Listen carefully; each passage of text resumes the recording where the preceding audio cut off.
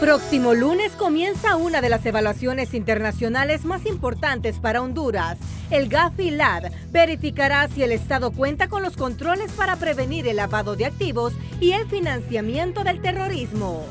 El presidente Nasri Aspura presentó su primer balance de gestión y destacó avances en economía, energía, salud e infraestructura. Tras las críticas, el gobierno defiende su estrategia ante la CID y confirma que la representación del Estado estará a cargo de la embajadora alterna ante la OEA, Marlene Villela Talbot. Tras 19 meses fuera del país, el expresidente Roberto Micheletti regresa a Honduras y denuncia que se exilió por persecución política. Dictan prisión preventiva al docente acusado de violación en perjuicio de una menor de edad en San Pedro Sula. El IAIP exige al Instituto de la Propiedad publicar el contrato para la elaboración de placas vehiculares. Autoridades decomisan 29 licencias a conductores de transporte pesado por manejar bajo los efectos del alcohol y las drogas. La música, el teatro y el talento hondureño protagonizan nuestra agenda cultural de la semana. Donald Trump arremete contra España y culpa a su política migratoria de la crisis en Ceuta.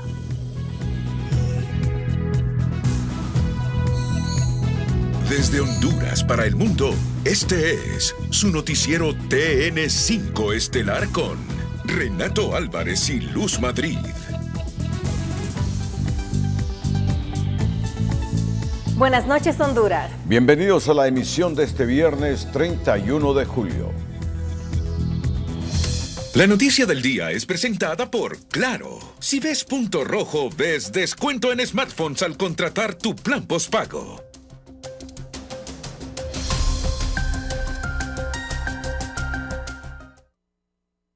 Una supuesta carta atribuida a la MS-13 ha generado dudas y preocupación. En el documento, la estructura criminal asegura haber abandonado la extorsión y pide a la población denunciar a quienes continúen cometiendo ese delito. Mientras las autoridades analizan su autenticidad, especialistas advierten que el contenido del mensaje podría formar parte de una estrategia del crimen organizado. Bendiciendo y pidiendo disculpas, así inicia la supuesta carta de la MS-13 al pueblo hondureño, donde aseguran que la extorsión ya no forma parte de sus actividades y piden denunciar a quienes continúen cometiendo ese delito. La División Antiextorsión y asociaciones terroristas no confirma su autenticidad, pero encuentra coincidencias por la ausencia de capturas por este delito en los últimos meses. En estos 2 meses llevamos detenidos a 115 personas detenidos. De estos 115 personas, no hemos detenido ni a ningún miembro de la Mara MS-13 por el delito de extorsión. Es decir, no hemos remitido a nadie por el delito de extorsión. En la carta también solicitan a la población informar con pruebas sobre casos de extorsión y que las víctimas colaboren como testigos cuando los responsables sean capturados, asegurando que no habrá represalias. Las aseveraciones son de dudosa procedencia, pero de ser ciertas podrían formar parte de una estrategia de disuasión, afirma el general Luis Maldonado. Y si una determinada organización no lo comete, consecuentemente se atribuiría a las otras organizaciones, se descuidaría la atención, en este caso la Mara 18, y las fuerzas de orden y seguridad e investigación se enfocarían sobre otro tipo de organizaciones ilícitas. El análisis apunta al papel de las fuerzas de seguridad, si tienen la capacidad para comprobar si la carta es auténtica o no. No obstante, el mensaje refleja el peso que aún tienen las estructuras criminales, que en los últimos años han evolucionado y con recursos económicos buscan formar, legalizar e invertir en negocios lícitos, señala el analista. Es posible que esto pueda ocurrir como parte de un proceso de evolución. Pero más allá de eso, creo que es necesario que el Estado asegure a la población hondureña que tiene una estrategia clara de investigación, de persecución. Las autoridades aseguran que están verificando el origen del documento y realizando análisis biométricos del texto para determinar su autenticidad y establecer si realmente proviene de la MS-13. Según los analistas, el Estado debe dejar claro quién tiene el control del territorio y no permitir que grupos criminales sean percibidos como la autoridad. Danilo Hernández, Telenoticias. Conducir bajo los efectos del alcohol o las drogas no es un problema exclusivo de los vehículos particulares. Las autoridades de Vialidad y Transporte advierten que también han detectado a conductores de vehículos pesados en estas condiciones, poniendo en riesgo la vida de quienes transitan por las carreteras del país. Solo en los últimos días han decomisado 29 licencias por ese tipo de infracciones. Las autoridades de Vialidad y Transporte han decomisado 29 licencias a conductores de equipo pesado en la zona norte. Las brigadas móviles de carreteras es una nueva modalidad que ha permitido sancionar a quienes conducen bajo los efectos del alcohol o las drogas y ponen en riesgo sus vidas y la de la población que se mueve por las calles de Honduras. 29 entre pruebas toxicológicas positivas y de alcoholemia, entonces una cantidad bastante alta. Hemos tenido recientemente eventos a nivel nacional donde participan equipo pesado y fallecen personas. Aunque muchos cuestionan la emisión de licencias a personas no aptas e incluso venta de exámenes físicos por parte de algunos laboratorios, nada de esto justifica que un conductor tome el volante de un equipo pesado bajo el consumo de alguna sustancia prohibida. Que una persona ingiera cualquiera de estas sustancias psicoactivas no es responsabilidad de la policía estar viendo quién consume y quién no consume. Es responsabilidad de la persona. Edgardo Menéndez reconoce que muchos motoristas, incluso algunos que han provocado accidentes viales, han dado positivos a determinada droga o alcohol. En ese sentido, insta a trabajar unidos para evitar tragedias. ¿Y por qué lo vamos a negar? Si es que lo que está a la vista no ocupa anteojos, como dicen, ¿va? Entonces, es aquí donde hay que trabajar, pues, y de mano con las autoridades, pues, para que podamos resolver esta situación. Alrededor de 300,000 vehículos circulan en Honduras entre rastras, camiones, volquetas y buses, pero la cifra aumenta cada año aproximadamente 4.7 según estimaciones del Instituto Hondureño de Transporte Terrestre. Orly Martínez, Telenoticias.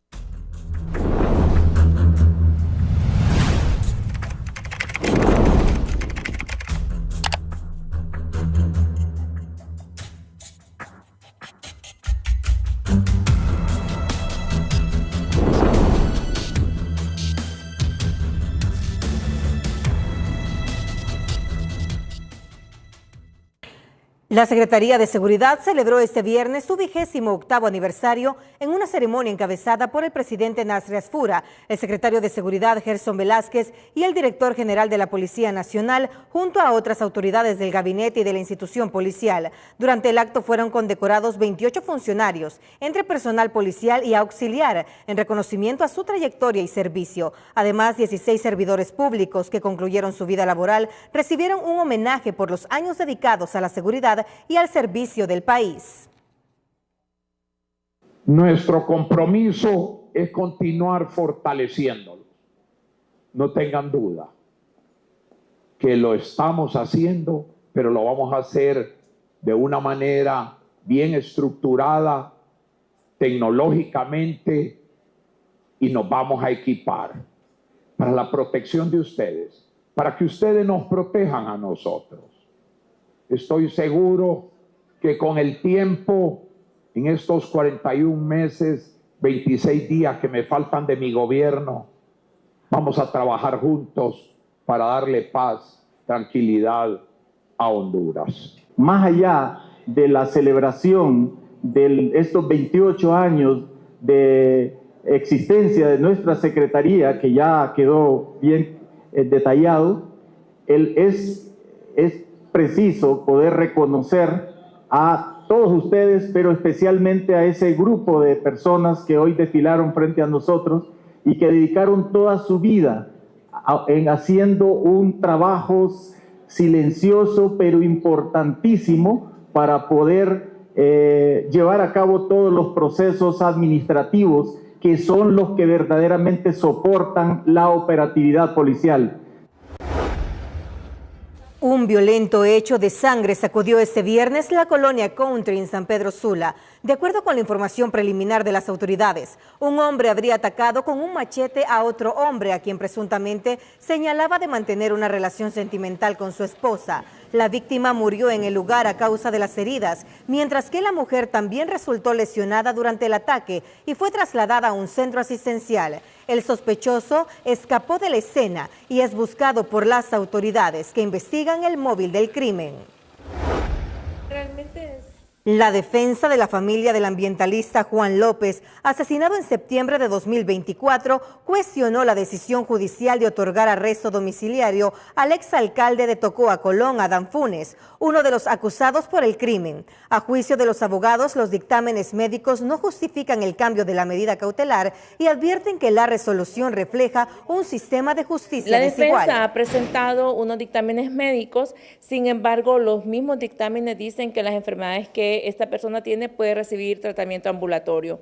No nos sorprende el sistema de justicia porque estamos ante un sistema de justicia clasista. Realmente la cárcel es para los pobres y estas personas que pueden, digamos, pagar de alguna manera este tipo de beneficios, como el beneficio de que pueda estar en su casa gozando de seguridad privada, digamos, la policía ahora se va a dedicar a dar seguridad a una persona que está acusada de un crimen tan grave como es el asesinato de Juan López. Oliva informó que no descartan impugnar la resolución judicial y solicitar al Ministerio Público acumular esta causa con la de los presuntos autores materiales. Asegura que esa decisión fortalecería el proceso de cara al juicio programado para enero. Un juez de primera instancia concedió la extradición del hondureño Humberto Eliseo Sánchez Vaca, reclamado por la República de El Salvador por los delitos de conspiración para homicidio y extorsión agravada. Él está siendo acusado por 2 departamentos en diferentes hechos en la hermana República de El Salvador por el delito de proposición y conspiración para homicidio agravada, extorsión agravada y organizaciones terroristas. Esta extradición queda en carácter de diferido. Sin embargo, la entrega quedó en carácter diferido, ya que Sánchez Vaca tiene un proceso penal pendiente en Honduras. Los apoderados legales del ciudadano Henry Arévalo Zúñiga presentaron denuncia ante la Contraloría del Notariado contra la notaria Elda Gisela Molina Villanueva, a quien atribuyen presuntas irregularidades en el ejercicio de la función notarial y en la elaboración de instrumentos públicos, por lo que solicitan la apertura de la investigación correspondiente. La abogada y notaria narró un hecho falso, hablando concretamente del señor Henry Arévalo Fuentes, al establecer dentro de la comparecencia del señor Henry Arévalo Fuentes que él se encontraba en su capacidad civil, extremo que no es cierto, y será la Contraloría del Notariado que tomará bien hacer el análisis de la denuncia y asimismo proceder con el caso ante la Sala de lo Civil. De forma paralela, los denunciantes acudieron al Ministerio Público para pedir que se investigue la posible comisión de delitos relacionados con la actuación notarial. Ahora corresponderá a las autoridades determinar si existen elementos para deducir responsabilidades o descartar los señalamientos. El caso del docente del Instituto José Trinidad Reyes continúa generando reacciones. Un juez le dictó prisión preventiva mientras avanza el proceso penal por el delito de violación calificada en perjuicio de una estudiante. La decisión desató escenas de dolor en los juzgados de San Pedro Sula, donde alumnos, docentes y padres de familia acudieron para expresar su respaldo al maestro. Entre lágrimas e impotencia sí recibieron exalumnos, alumnos, madres de familia y varios docentes que llegaron a los tribunales la resolución del auto de formal procesamiento con prisión preventiva que se decretó en audiencia inicial en la causa que se instruye contra el profesor del Instituto José Trinidad Reyes, Lenín Marel Jaco García, por suponerlo responsable de violación calificada en perjuicio de una estudiante. La gama de pruebas documentales pues se extrae la primera, que es la alerta que da el personal del Instituto Hondureño de Seguridad Social a los agentes de la ATIC, y de ahí parte toda la investigación, de tal forma que al ir concatenando cada una de las pruebas, incluyendo la prueba anticipada rendida por la víctima en la cámara de Gesell, ha sido parte de la gama de los indicios racionales suficientes que ha encontrado la jueza para emitir la resolución. El docente permanecerá detenido en el Centro Penitenciario del Progreso, una medida cuestionada entre quienes lo defienden. Eso duele, la verdad. Esto tiene que hacerse justicia. Eso no se puede quedar así, que investiguen bien. Aquí hay algo muy raro, el profesor no puede estar ahí sí por así, no, tienen que investigar esto. Mire, esto es injusto, se lo voy a decir de todo corazón porque él es inocente. Aquí yo lo que digo es que hay gato encerrado para quererle hacer daño al maestro. En la Fiscalía de San Pedro Sula, donde se da tratamiento a 86 denuncias de delitos sexuales contra menores en lo que va del 2026 y en los que los señalados en su mayoría son parientes o cercanos a las víctimas, indican que ya son al menos 4 docentes los que guardan prisión por este tipo de ilícitos. El Ministerio Público, cuando se presenta un tipo de estos casos, actúa inmediatamente, se toman pruebas anticipadas, se hacen las evaluaciones correspondientes y efectivamente las mismas arrojan como resultado de que los menores son abusados sexualmente. Incluso en los últimos días se han obtenido sentencias condenatorias.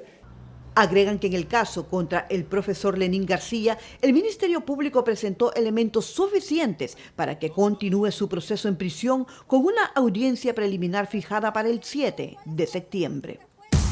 La crisis migratoria en Ceuta ha dejado de ser un problema exclusivo de España. La llegada masiva de migrantes desde Marruecos ha desatado una emergencia humanitaria, ha llevado a Italia a restablecer controles fronterizos, provocó duras críticas del presidente Donald Trump y reabrió un debate que lleva más de 5 siglos. ¿Por qué Ceuta y Melilla, 2 ciudades ubicadas en África, pertenecen a España?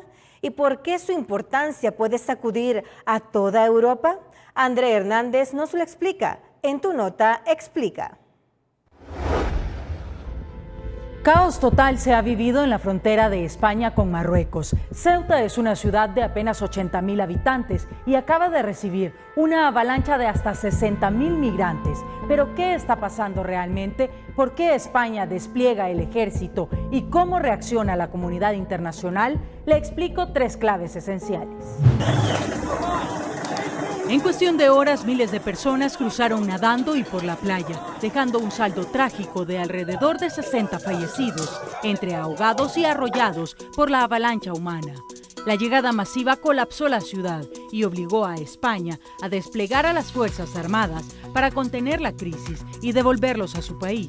Es importante entender que Ceuta y Melilla son 2 ciudades autónomas legalmente españolas. Sin embargo, desde que Marruecos se independizó en 1956, Rabat las ha disputado. Ceuta representa la única frontera terrestre de la Unión Europea en el continente africano, lo que la convierte en un punto de entrada directo. El presidente Pedro Sánchez califica el hecho como una violación a la integridad territorial de su país.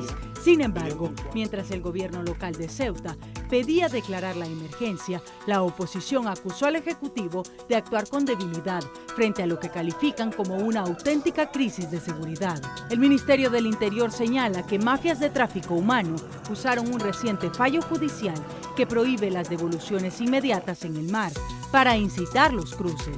Aunque Marruecos ha pedido el retorno de sus ciudadanos y se han frenado los flujos masivos, la tensión geopolítica sigue al rojo vivo.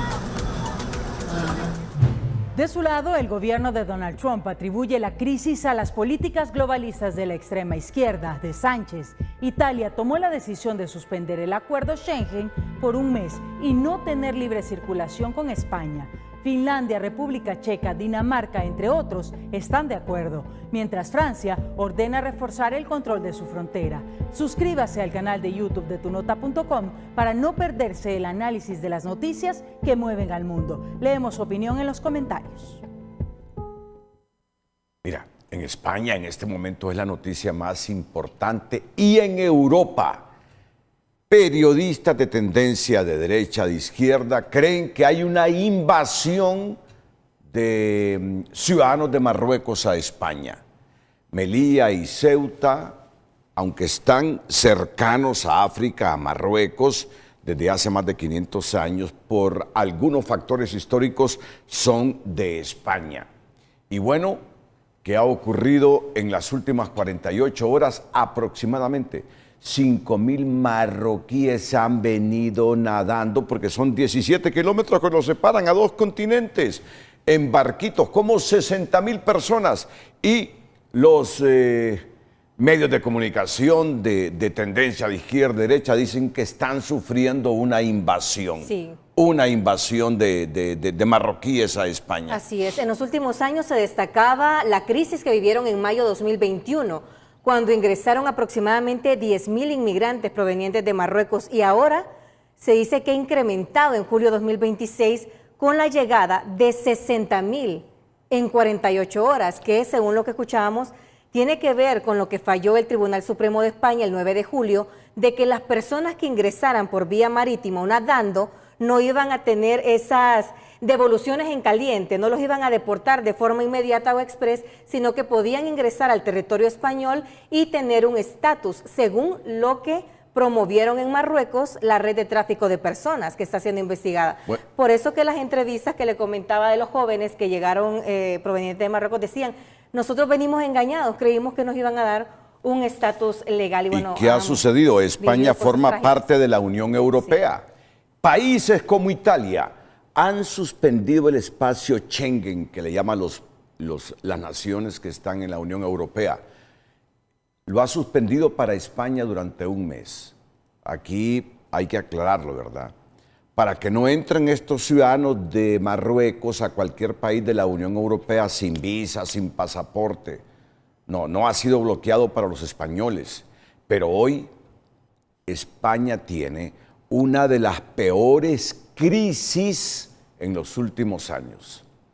A pesar de que Pedro Sánchez, el presidente de gobierno, que es del PSOE, ha enfrentado crisis de corrupción, elecciones que no las ha ganado por el voto popular, pero las ha ganado porque ha reunido la fuerza del Parlamento para que lo elijan presidente, pero hoy tiene una crisis, Pedro Sánchez en España, enorme, de tal manera que Donald Trump dijo que eso le pasa a España por sus políticas populistas de izquierda, que se está llenando de inmigrantes, pero que a él no le va a pasar, pensando ya en las elecciones de noviembre legislativas en Estados Unidos. Sí, y no solo Donald Trump, también otros líderes mundiales. Y Pedro Sánchez hoy ha calificado de insolidarios a varios gobiernos de Europa, incluyendo a Italia, de la presidenta del gobierno Meloni.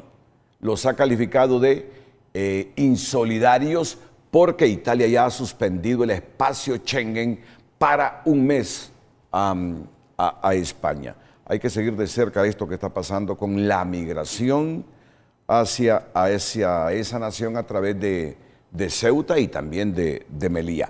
Vamos a una pausa comercial. Cada vez son más los exfuncionarios del gobierno de Juan Orlando Hernández que regresan al país. ¿Por qué lo hacen ahora y qué prueba enfrentará el sistema judicial? Un análisis esta noche en TN5 Estelar.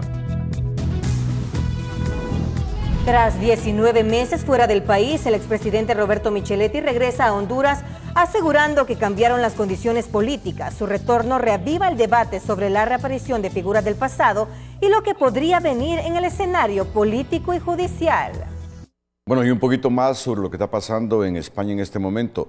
Es que a Pedro Sánchez se le cuestiona que ha mantenido política de regularizar el estatus de los migrantes que llegan de manera ilegal a España.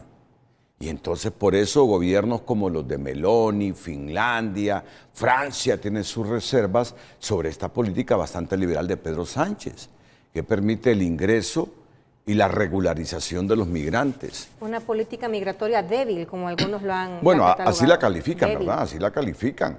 Entonces, Europa tiene temor que con el estatus que Pedro Sánchez le da a los migrantes que llegan de manera irregular, luego desde España se vayan para otros territorios de Europa, para otras naciones de Europa. Y ahí vienen las críticas de Trump, que también es muy radical contra la migración irregular. Bueno, sí, dejemos ese tema, lo continuaremos en los próximos noticieros. El expresidente hondureño Roberto Micheletti regresó a Honduras tras 19 meses en el extranjero. El exmandatario retorna en medio de un escenario político donde varios exfuncionarios y figuras del pasado reaparecen tras haber tomado distancia por razones judiciales o políticas. Micheletti, quien asumió la presidencia en 2009 tras la crisis política que sacudió al país, había permanecido fuera de fronteras nacionales junto a su esposa. Según explicó, su salida obedeció a una presunta persecución política durante la administración de Xiomara Castro. El exmandatario aseguró que decidió regresar una vez cambiaron las condiciones políticas en el país. El juez en materia de criminalidad organizada citó oficialmente a la exsecretaria de Salud, Alba Consuelo Flores, para el jueves 20 de agosto a las 8:30 de la mañana en relación al proceso penal que enfrenta por el caso de los hospitales móviles. La exfuncionaria es acusada por el Ministerio Público de los delitos de fraude y falsificación de documentos públicos en perjuicio de la administración pública. Con esta citación, el tribunal da inicio formal a la etapa de su comparecencia ante la justicia. El regreso de exfuncionarios del gobierno de Juan Orlando Hernández comienza a generar debate. Mientras algunos deciden presentarse ante la justicia y otros reaparecen en la vida pública, analistas plantean interrogantes sobre las razones de su retorno y el papel que deberá desempeñar el sistema judicial en los procesos que aún están pendientes. Con el retorno del expresidente Hernández, varios exfuncionarios de su administración comenzaron a salir del escondite, cuestiona este analista, para quien se avecina un desfile por los tribunales en busca de sobreseimientos. Ellos huyeron y se escondieron en el gobierno pasado porque tenían temor a que se les, aunque fuera improcedente, se les dictara una medida de prisión preventiva. Hoy están acá porque están seguros de que no van a ser castigados. La más reciente fue la exsecretaria de Salud, Alba Consuelo Flores, acusada por el escándalo de los hospitales móviles, quien se presentará de forma voluntaria luego de 3 años prófuga.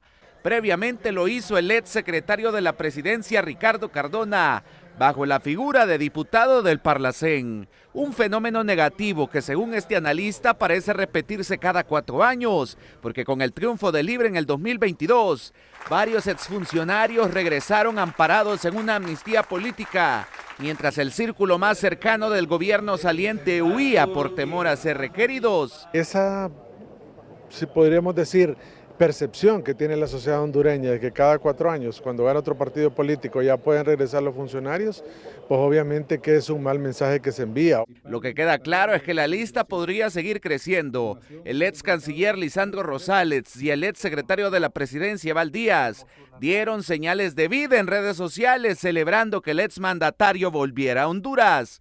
Al final, el desafío para el Poder Judicial será demostrar, con fallos apegados a derecho y total transparencia, que el regreso de exfuncionarios no está motivado por la percepción de que el cambio de gobierno abre la puerta a un escenario más cómodo para la impunidad, advierte este abogado. Porque Honduras quiere justicia, así que esperemos a ver el desarrollo de cada uno de esos casos y esperemos también que al final de todo sea un mensaje directo, porque el país no puede vivir en impunidad.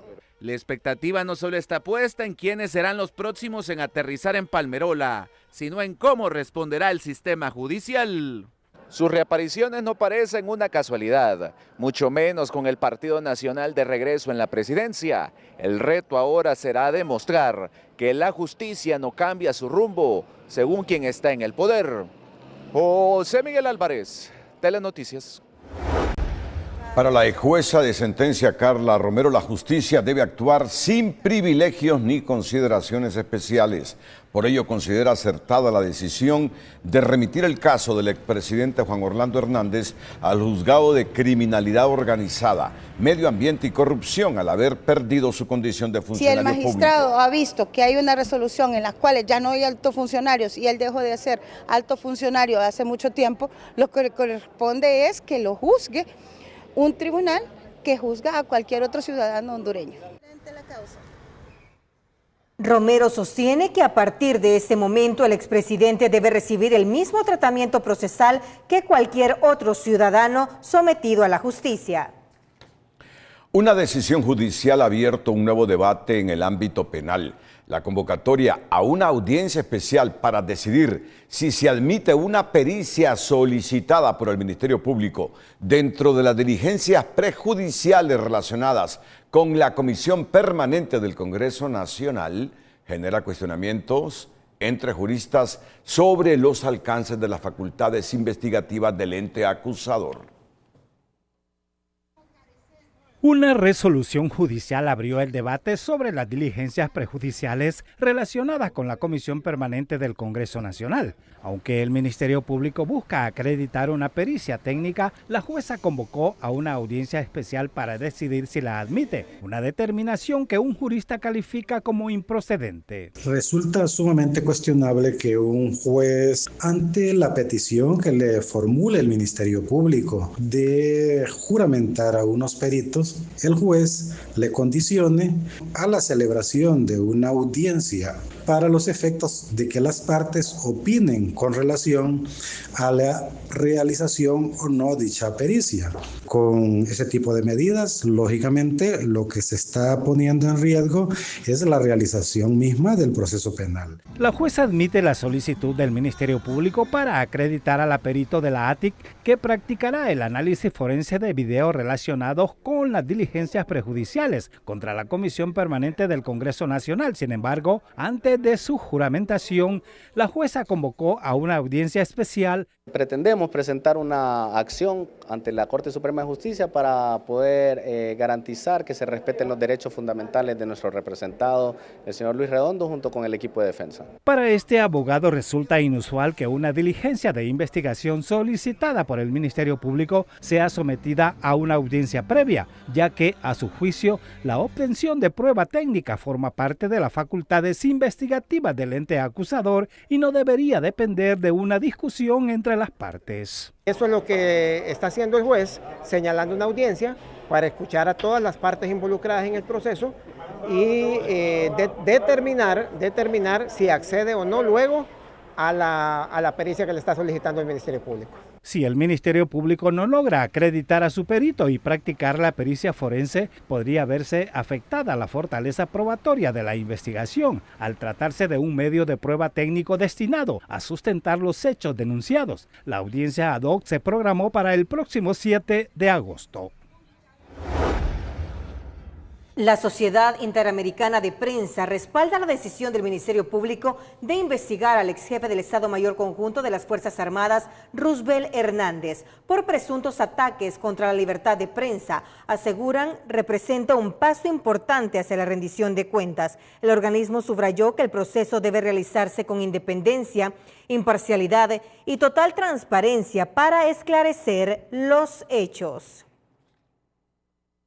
A pocos días de la audiencia ante la Comisión Interamericana de Derechos Humanos, continúa el debate sobre la estrategia que adoptará el Estado de Honduras. Mientras la Cancillería defiende la decisión de participar a través de su representación diplomática ante la OEA, especialistas consideran que el país debió acudir con una delegación técnica de mayor nivel para responder a los cuestionamientos sobre la independencia judicial. Tras los cuestionamientos por la decisión de no enviar una delegación de alto nivel a la audiencia de la Comisión Interamericana de Derechos Humanos del próximo miércoles, Cancillería confirmó que la representación del Estado estará a cargo de la embajadora alterna ante la OEA, Marlene Villela Talbot. Para algunos, esa decisión proyecta desinterés del gobierno frente a los señalamientos sobre la independencia judicial en el país. Manda un mensaje a la comunidad internacional sobre el tema de seguridad jurídica del Estado. Y trasciende internacionalmente porque va a estar ante una comisión internacional. Entonces, nuevamente, Honduras está en el tapete de la discusión sobre la institucionalidad. La Cancillería aclaró que la actividad convocada por la CIDH es una audiencia temática, solicitada por organizaciones de sociedad civil para intercambiar información y no un proceso para determinar la responsabilidad internacional del Estado. Sin embargo, esta abogada cuestiona que no se haya designado una delegación de mayor nivel encabezada por la embajadora titular ante la OEA o por representantes de la Procuraduría General de la República. Es histórico, el Estado de Honduras siempre más bien ha aprovechado estos temas de la CIDH para mandar grandes comisiones de derechos humanos a lavarle la cara al Estado. Entonces hemos llegado a un tema de impunidad, un cinismo con la impunidad, y esto al final de cuentas tiene, digamos, un perjuicio para la ciudadanía hondureña. El Estado de Honduras va a seguir siendo condenado por estos temas ante el sistema interamericano. Para este ex embajador de Honduras ante la OEA, la estrategia del gobierno limita las posibilidades de ejercer una defensa más sólida. Considera que el Estado debió enviar una delegación técnica con especialistas capaces de responder a los planteamientos de la comisión y sustentar la posición oficial durante la audiencia. Pudiera ser que de una mala respuesta o de una respuesta o de no escuchar los argumentos de otros, no podamos dar argumentos que podían incluso terminar con el caso. Más bien porque podría ser un caso inconsistente. Mientras el gobierno reafirma su compromiso con la promoción y protección de los derechos humanos, así como su participación responsable en los mecanismos del sistema interamericano, la ausencia de una delegación de alto nivel en la audiencia es uno de los principales cuestionamientos de los entrevistados, quienes creen que el Estado podría estar renunciando a una oportunidad clave para fortalecer su defensa ante la CIDH.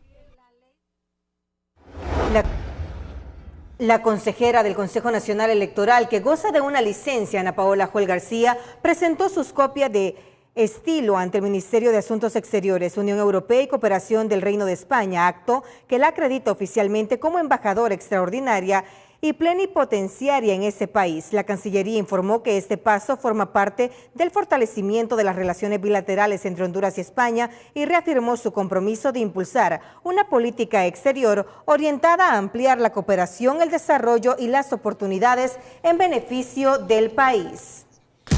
Más adelante en el noticiero líder, a 6 meses de gobierno, el presidente Narria Fura asegura que los resultados ya comienzan a verse.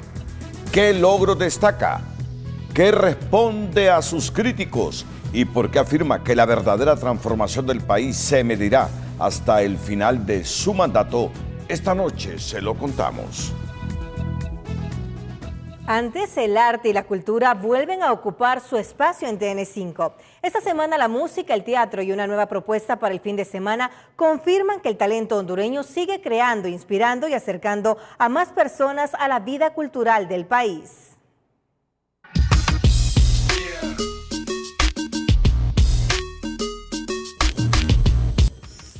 Buenas noches y bienvenidos. Esta semana la cultura fue protagonista. La música reunió a talentos nacionales e internacionales en una velada de alto nivel, mientras el teatro bajó el telón de uno de sus festivales más importantes con una propuesta que invitó a reflexionar sobre la memoria. Esta semana la Orquesta Sinfónica Nacional de Honduras se unió a 2 solistas invitados en una velada dedicada al oboe y el fagot, 2 instrumentos de viento que el hondureño Fernando Martínez, con reconocimiento internacional, y el costarricense Fernando Zúñiga pusieron en práctica en el escenario en una noche que demostró el nivel musical que tiene Honduras.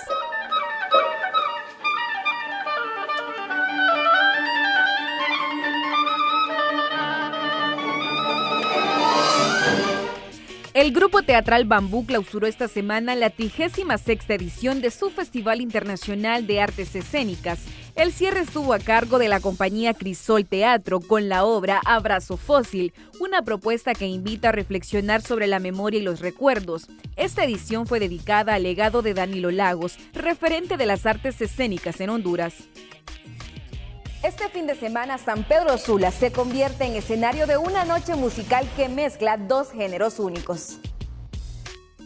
El tango y el jazz serán los protagonistas de la agenda cultural de este fin de semana. El Museo de Antropología e Historia de San Pedro Sula recibirá este sábado a las 8 de la noche a Matices Jazz Band en una velada que fusionará ambos géneros en un entorno cultural. Las entradas están disponibles en preventa por 300 lempiras y en taquilla por 350 lempiras, con reservas a través de sus redes sociales.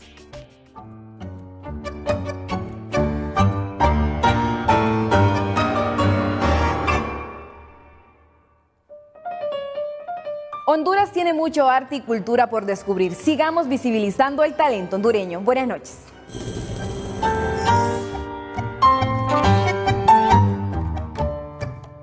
Ante la falta de oportunidades laborales, Kelly Rodríguez, maestra de profesión, decidió reinventarse. Junto a su pareja creó un emprendimiento de servicios de envíos, convirtiendo la adversidad en una oportunidad para generar ingresos y salir adelante.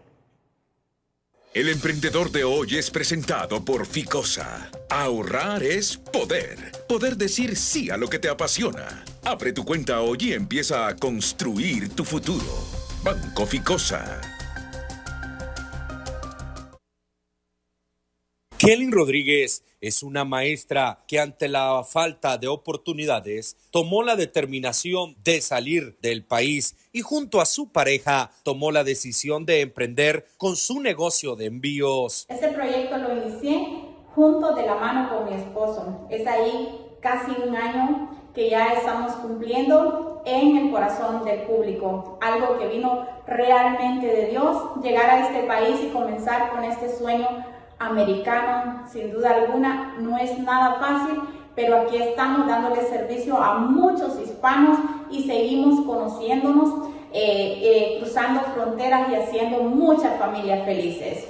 Ofreciendo envíos dentro y fuera de Estados Unidos y todo Centroamérica hasta la puerta de su casa. Hacemos también el servicio de paquetería Centroamérica, el servicio de puerta a puerta. Cubrimos toda la ciudad de Houston. Si usted tiene una caja lista, su familiar la tiene, nosotros se la recogemos y se la enviamos hasta su destino. Para quienes deseen los servicios, pueden contactarse a través de las redes sociales de transportadora PAC LLC. Desde la zona sur del país, para Telenoticias Estelar, les informó José Luis Barahona. A 6 meses de asumir el gobierno, el presidente Nasri Asfura presentó un balance de sus primeros 183 días de gestión. El mandatario destacó avances en economía, infraestructura, salud y energía, defendió los resultados de su administración y aseguró que los cambios más importantes se verán al concluir su mandato. Sé lo que Honduras necesita. El presidente Nasri Asfura comenzó pidiendo medir su gestión por los resultados y no por segundos y días. Aseguró que al finalizar su mandato, el 27 de enero del 2030, Honduras será distinta. Nos piden el segundo de gobierno, cada segundo. Asfura destacó que las reservas internacionales aumentaron 1.257 millones de dólares y suman actualmente 11.561 millones de dólares. En materia económica, Asfura destacó la creación de 2.700 nuevas empresas y aseguró que el gasto de la ENED se redujo en más de 3.000 millones de lempiras durante el primer semestre. También reiteró un llamado al Congreso Nacional para aprobar la reforma energética. Le pido a los 128 diputados que crean en el proyecto, apóyennos. Así como nos apoyaron con la compra de maquinaria, que ya les vamos a rendir cuenta, les vamos a pasar un informe. En infraestructura, el gobierno reportó 370 kilómetros de calles reparadas y la recepción de 176 de las 2.100 máquinas previstas para aportar a los 298 municipios. En educación dijo que los textos escolares llegarán a todos los centros educativos al final del 2027. En salud destacó la compra de medicamentos para garantizar el abastecimiento y el programa Salud Más Cerca de Usted, con atención médica en los municipios y sobre todo la reducción de la mora quirúrgica. Estoy seguro que este programa va a darle una y otra vuelta más al país. No es solo algo momentáneo, ni es un show, es algo permanente que vamos a estar llegando cerca de usted para atenderlos con salud. Ante el incremento de los precios de los combustibles, el gobierno destinó más de 1.200 millones de lempiras en apoyo temporal. El mandatario cerró su informe con un tono más firme y personal, defendiendo su gestión frente a quienes, según dijo, confunden su gentileza con debilidad o su silencio con ignorancia. Pero a veces se me confunden que creyendo que mi gentileza es debilidad o que mi silencio es ignorancia. No se equivoquen, sé mi trabajo, soy el presidente de Honduras. También reivindicó el estilo de trabajo y aseguró que no ha perdido sus principios ni su identidad, pese a haber dejado temporalmente la vestimenta informal que utilizó durante la campaña electoral. Mariolanda, Telenoticias.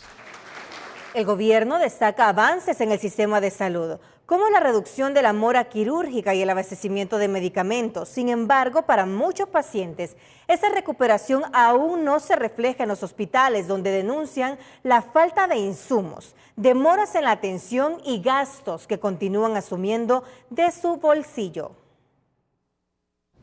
Estamos cumpliendo.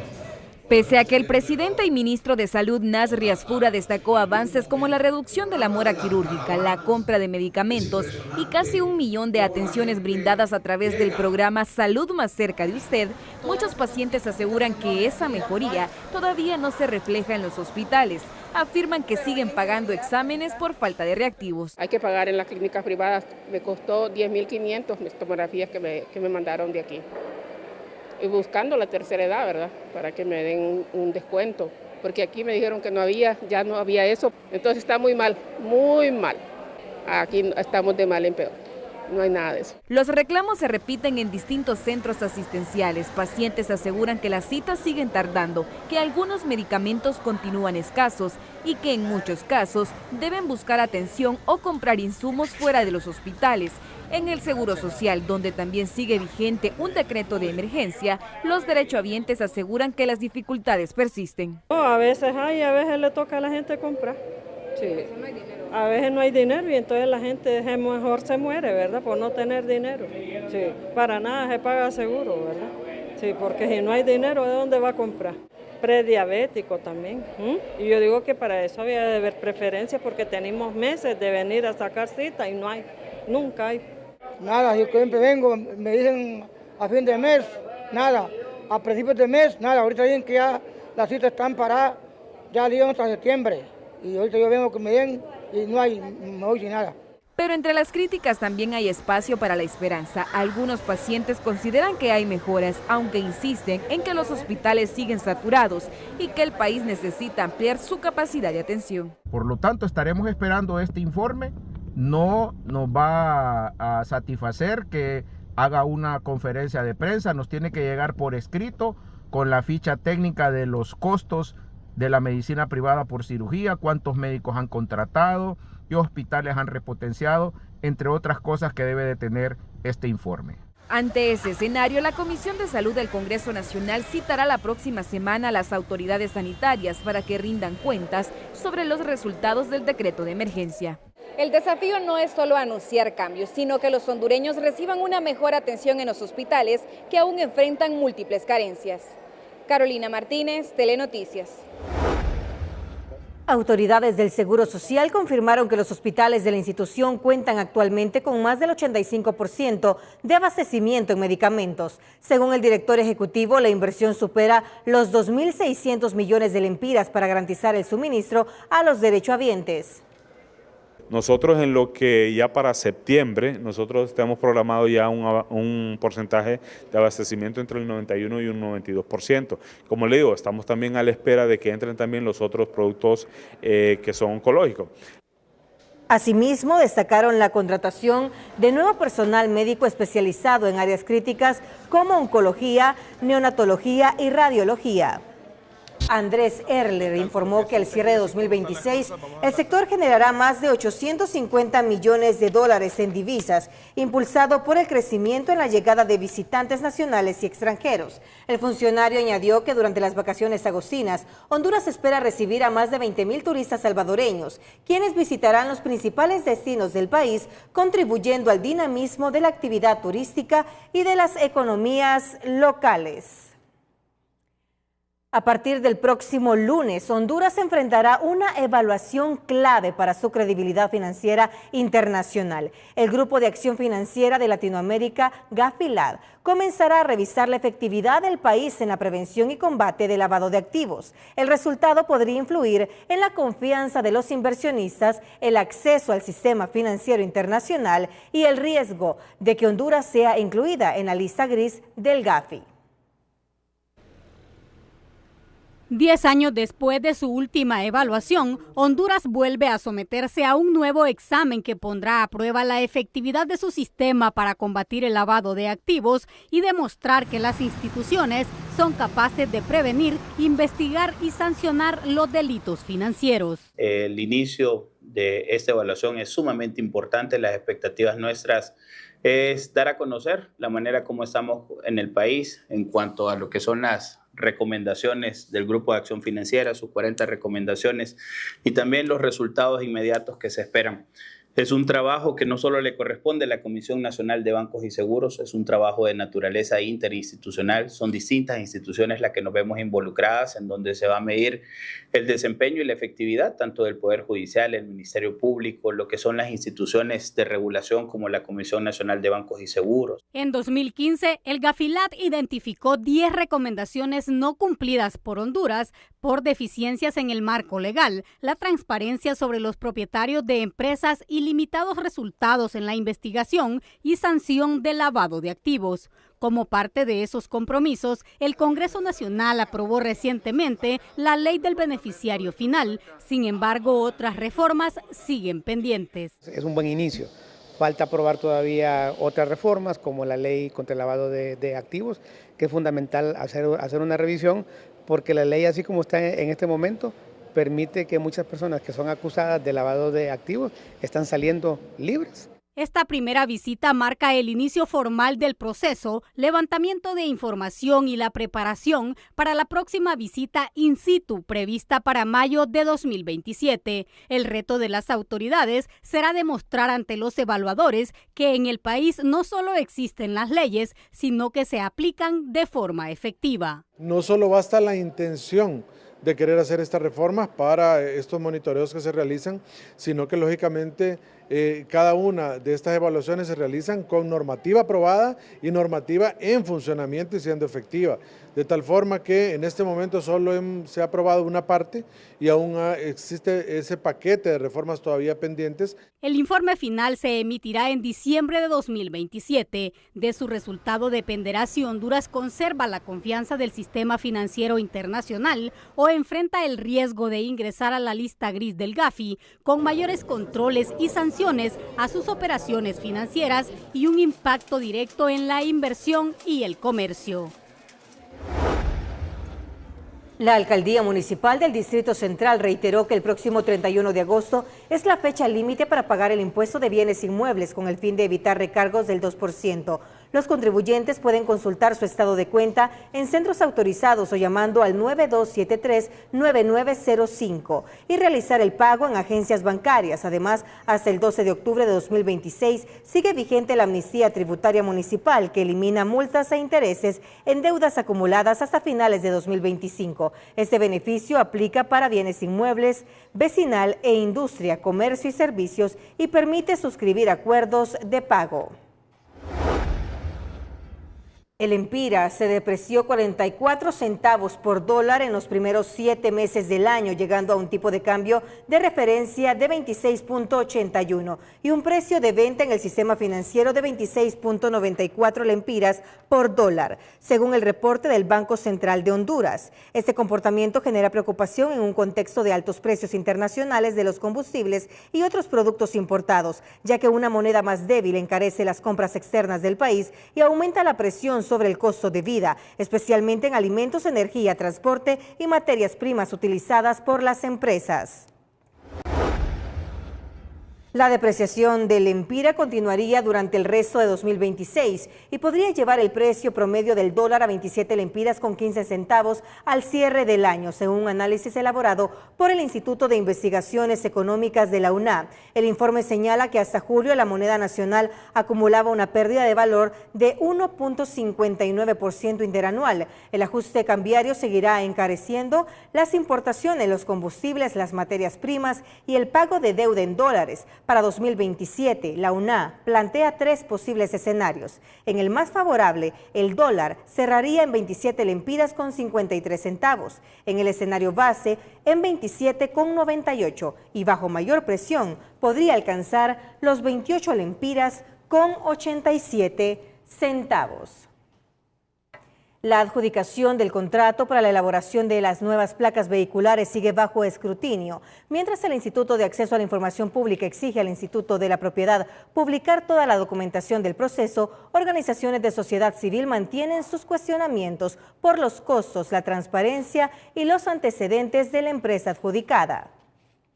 El comisionado del Instituto de Acceso a la Información Pública reiteró que cumplir la ley de transparencia es un deber inmediato y exhortó al Instituto de la Propiedad a publicar el proceso de adjudicación del contrato para el suministro de placas vehiculares. No queremos información que aparezca 6 meses después en los portales, ya cuando el instituto procede a verificar semestralmente los portales, o sea, a calificarlos. Es que a veces las instituciones suben la información de un solo. El IP aseguró actuar con transparencia. Señaló que la primera etapa ya fue publicada en OnCAE. Quedan a la espera de la actualización de estatus en la plataforma de Honducompras para trasladar la información completa al portal de transparencia del IAIP. Es necesario completar la carga de la información en el portal de transparencia de OnCAE para que luego pueda ser subida en el portal del IAIP. Este es un proceso totalmente transparente. La información está y va a estar en los portales indicados en los plazos establecidos. El contrato de placas vehiculares ha sido cuestionado por 3 ejes fundamentales. El costo excesivo, una inversión de 1.700 millones de lempiras, 65 millones de dólares, con fuentes de financiamiento poco claras, opacidad administrativa, la información incompleta en los expedientes públicos, antecedentes del proveedor, la adjudicación directa a una firma que arrastra un historial de incumplimiento de contratos con el Estado. Sí, bueno, es importante que se conozcan detalles del contrato, como por ejemplo el monto exacto, el compromiso que tiene cada una de las partes, cuándo se van a entregar, ¿verdad? Porque recordemos que este problema ha afectado a miles de hondureños que a la fecha no cuentan con placa. El IAIP recordó al Instituto de la Propiedad que el plazo límite para subir su información financiera, contrataciones, presupuestos y compras del mes de julio al portal de transparencia vence el próximo 10 de agosto. Según las autoridades del IAIP y expertos en temas de transparencia, esto no se trata solo de evitar multas de medio salario hasta 50 salarios mínimos, sino de un compromiso de las autoridades con su ciudadanía. Elías Acosta, Telenoticias. La Secretaría de Agricultura y Ganadería, en alianza estratégica con la FAO, ha puesto en marcha un proyecto piloto para transformar la realidad rural de Honduras y capacita a técnicos extensionistas para fortalecer la agricultura familiar con una inversión de 27 millones de lempiras. La iniciativa combate la pobreza extrema y la migración forzada. El programa se enfoca estratégicamente en Choluteca, El Paraíso e Intibucá, zonas críticas del corredor seco. El estado del tiempo es presentado por Tigo. Hoy, con la mejor señal y la mayor cobertura de Tigo, un pequeño negocio puede llegar al mundo. Tigo, 30 años de la señal que nos une. Hola, ¿qué tal? Llegamos al fin de semana y nosotros que ya estamos siendo impactados por el cambio climático y por el fenómeno del Niño, miren cómo es este fenómeno que también tiene ya asustados a todos allá por África. El Niño, un patrón climático que pone en riesgo a millones de personas en África. Es el anuncio de la ONU que se prepara para brindar ayuda a ese sector del mundo. Mientras ha pasado la onda tropical número 23, ¿qué dejó sobre nuestro sector?